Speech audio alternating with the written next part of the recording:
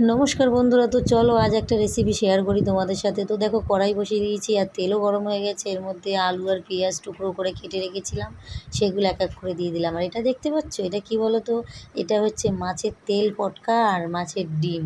তো আমি এগুলো আগে থেকে কেটে বেছে ধুয়ে রেখে দিয়েছি, এক এক করে এগুলোও দিয়ে দিলাম। দিয়ে একটু নাড়াচাড়া দেবো। আর তোমরা কে কে এই তেল পটকা মাছের ডিম খেতে ভালোবাসো অবশ্যই কমেন্টে জানিও।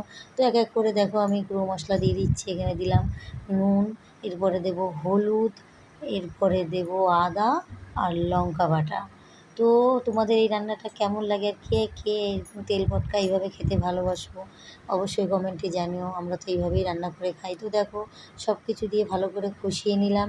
নিয়ে এবার সামান্য একটু জল দেবো আলুটা সেদ্ধ হওয়ার জন্য। তো আলুটা সেদ্ধ হওয়ার জন্য জল দিলাম।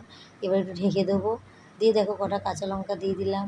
দিয়ে বেশ নেড়ে চেড়ে আর একটু লাল লঙ্কার গুঁড়ো দিয়েছি কালারের জন্য। তো দেখো, আর এটা খেতে দারুণ লাগে, বেশ ঝাল ঝাল। তো আমার রেসিপিটা রেডি। তো ভালো লাগলে অবশ্যই লাইক কমেন্ট শেয়ার করো, সাবস্ক্রাইব করো আর কমেন্টে জানিও অবশ্যই।